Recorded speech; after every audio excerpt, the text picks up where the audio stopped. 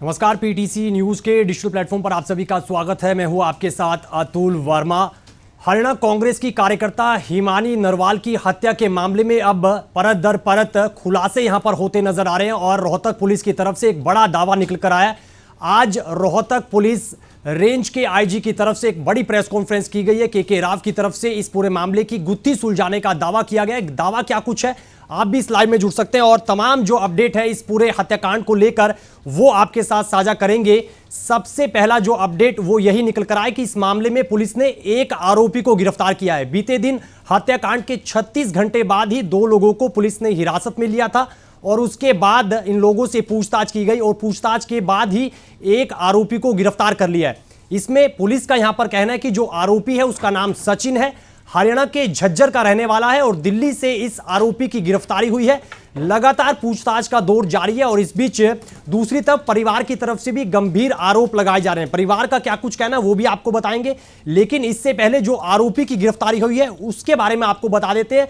झज्जर के गांव खैरपुर का ये रहने वाला है आरोपी और पिछले 1.5 साल से बताया जा रहा है कि हिमानी नरवाल के संपर्क में चल रहा था। हिमानी नरवाल का दोस्त था, लेकिन पैसों के अनबन के चलते ये इस हत्याकांड को अंजाम दिया गया। शुरुआती जांच में यही खुलासा हुआ है और रविवार को 28 फरवरी को हत्या के बाद ये आरोपी गहने और पैसे लेकर झज्जर वापस लौटा था रोहतक से और उसके बाद जिस तरीके से इस पूरे मामले में गिरफ्तारी हुई है बहुत कुछ ये कहानी बयां करती है। इसके बारे में भी आपको बताएंगे, लेकिन पहले रोहतक रेंज के आईजी के राव क्या कुछ जानकारी दे रहे हैं। प्रेस कॉन्फ्रेंस उन्होंने की है, पहले आपको ये सुनाते हैं, उसके बाद आगे की जानकारी।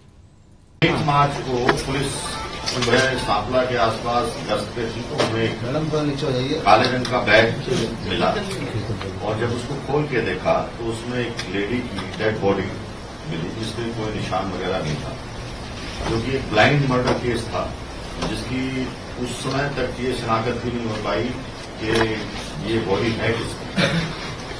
और रोहतक पुलिस ने तुरंत जब ये सूचना मिली तो 8 दिन में बनाई SIT वगैरह और दूसरी, ताकि इसका जल्द से जल्द ये पता लगाया जा सके कि ये महिला है कौन, क्योंकि ब्लाइंड मर्डर केस था तो पहले सबसे पहले आइडेंटिफाई करना उसको बहुत जरूरी था। तो तुरंत लोगों को जो भी जान पहचान के थे या और दूसरे लोग थे उनसे जब ये इनके परिवार वालों ने इसको शनाख्त कर लिया कि ये हिमानी नाम की लड़की है जो कि रोहतक विजयनगर में रहती है, तो उसके बाद सभी SIT टीम्स अपने अपने काम पे लगी।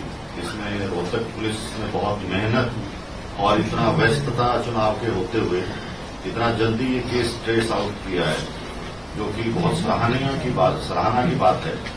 इसके अंदर जो एक्यूज्ड है वो गिरफ्तार कर लिया गया, जो कि 1.5 साल पहले से इंस्टाग्राम सोशल मीडिया आना जाना उसका इनके घर पे था। लड़की अकेली विजयनगर में रहती थी और 27 फरवरी को ये लड़का उनके घर पे आया और इनकी आपस में कहा सुनी होगी और इसने ये जो मोबाइल चार्जर की केबल है उससे गला घोट के और उसको वहीं मार दिया।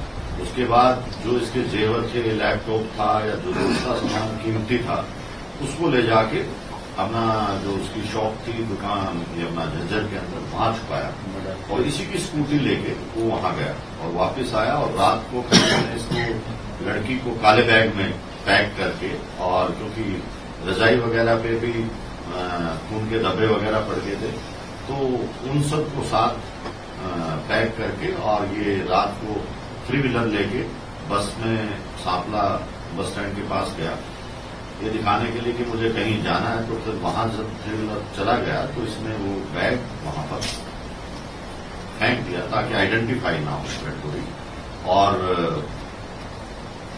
उसके बाद ये वहां से भाग गए। लेकिन पुलिस ने जो खुफिया रिपोर्ट थी या जो भी इलेक्ट्रॉनिक इंटेलिजेंस से और दूसरे साधनों से इसको 36 घंटे के अंदर बहुत मेहनत करके इस लड़के को गिरफ्तार भी कर लिया और आज पुलिस इसका रिमांड ले रही है और भी जो बातें निकलेंगी उसको आपके साथ साझा करेगी। सर मोटिव क्या था, क्यों मर्डर किया गया, क्या बताया आरोपी ने? देखिए मोटिव ये था कि उनका आपस में यारी दोस्ती थी, आना जाना था, करीब 6-8 महीने से 1.5 साल से सोशल मीडिया पे थे और उनकी जो कहानी एक्यूज ने बताई है, जो इंसाफ किया है, उसको हम बार बार वेरीफाई कर रहे हैं। लेकिन इनका झगड़ा हुआ है आपस के अंदर, झगड़ा किस बात पे हुआ वो सब चीजें रिमांड के अंदर आएंगी। अच्छा, नाम क्या था सर इसका, कहाँ का रहने वाला? सचिन है, ये जज्जर का रहने वाला है। तो हिमानी हत्याकांड में एक आरोपी की गिरफ्तारी हो चुकी है और रोहतक पुलिस कड़ी दर कड़ी इस पूरे मामले की जोड़ने का प्रयास कर रही है। लगातार जांच का दौर जारी है, गंभीरता से इस पूरे मामले की जांच की जा रही है।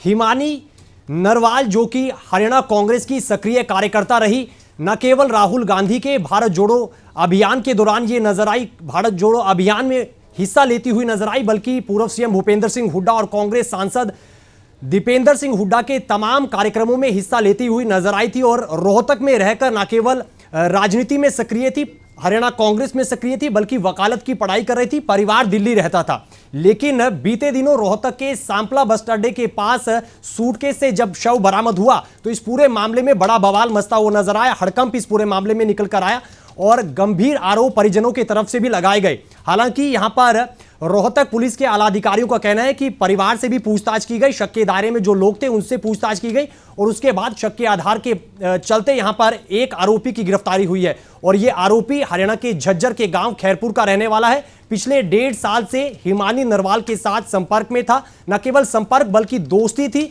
और पैसों के लेन देन को लेकर यह हत्या की गई है, ऐसा यहां पर दावा रोहतक पुलिस के रेंज के आईजी के राव की तरफ से यहां पर किया गया। और बताया जा रहा है कि मोबाइल चार्जर की तार से गला घोंटकर हिमानी नरवाल की हत्या की गई और उसके बाद ये आरोपी गहने और पैसे लेकर रोहतक से फरार होते हैं झज्जर और वापिस लौटते हैं। सूटकेस में शव डाला जाता है और फिर सांपला बस अड्डे पर शव फेंककर फरार हो जाता है। और दूसरी तरफ परिवार के सदस्यों को क्या कुछ कहना है, इससे पहले प्रेस कॉन्फ्रेंस से पहले हिमानी की मां मीडिया के सामने आई थी। उन्होंने इस पूरे मामले पर गंभीर आरोप लगाए थे और कहा था कि कोई ना कोई नजदीकी है जो इस हत्याकांड में शामिल है और इस हत्या की वारदात को अंजाम दिया गया है, चाहे वो पार्टी से जुड़ा कोई सदस्य है या फिर हिमानी का कोई दोस्त है। हिमानी की मां ने क्या कुछ कहा था वो भी सुनेगा। हमारे को पुलिस ने जानकारी नहीं दी, मेरे को तो सिर्फ अपने फोन पे न्यूज में मतलब मेरे को पता लगा और पुलिस को ने मेरे को कोई जानकारी नहीं दी। सांपला थाना से फोन आया था 3 बजे के बाद, मतलब 3:30 3:20 कुछ ऐसा ही टाइम था। मतलब तो बता रहे थे यही मर्डर किया है, यही लेके आरोपी। मेरा सारा सामान घर का ही है, वो तो मैंने पुलिस थाने में उसी टाइम बता दिया था।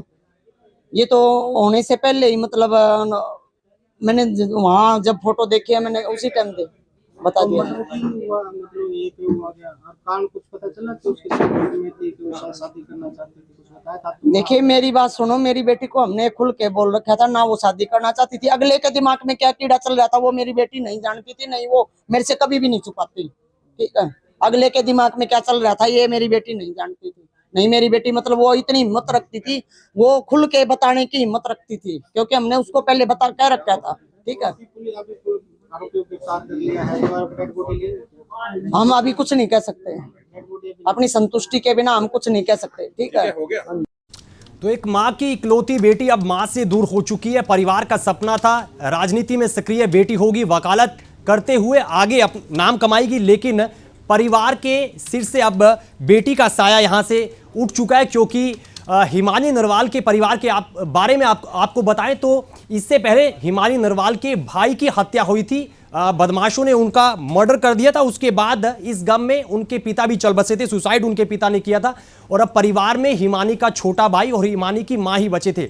और ऐसे इस बीच इस मोड़ पर हिमानी की हत्या कर दी जाती है, शव जो बरामद होता है तो परिवार पर दुखों का पहाड़ टूट जाता है और अब परिवार जो है गंभीर आरोप लगाता हुआ नजर आ रहा है। और इस बीच पोस्टमार्टम करवाने और शव लेने को लेकर भी परिवार की तरफ से सीधे तौर पर इनकार किया गया था कि पहले आरोपी की गिरफ्तारी की जाए, कड़ी से कड़ी यहां पर सजा दी जाए, उसके बाद ही बाकी सब चीजें की जाएंगी। लेकिन दूसरी तरफ रोहतक पुलिस की तरफ से जांच का दौर लगातार जारी है और यहां पर रोहतक रेंज के आईजी के राव का यही कहना है कि अभी तक हत्या में केवल एक ही शख्स के शामिल होने का जो जिक्र है वो सामने आया, लेकिन दूसरे एंगल से भी मामले की जांच की जा रही है और लगातार पूछताछ का दौर जारी है। दूसरी तरफ इस पूरे मामले को लेकर विपक्ष अब नायब सिंह सैनी सरकार पर हमलावर हो गया कि बीते 10 साल में जो हत्या वारदात वारदातों के साथ जो घटनाएं लगातार निकल कर आ रही है, अपराध का ग्राफ लगातार बढ़ता हुआ चला जा रहा है, तो ऐसे में सैनी सरकार अब विपक्ष के लगातार निशाने पर है और इसको लेकर हरियाणा कांग्रेस के तमाम दिग्गज नेताओं ने सैनी सरकार को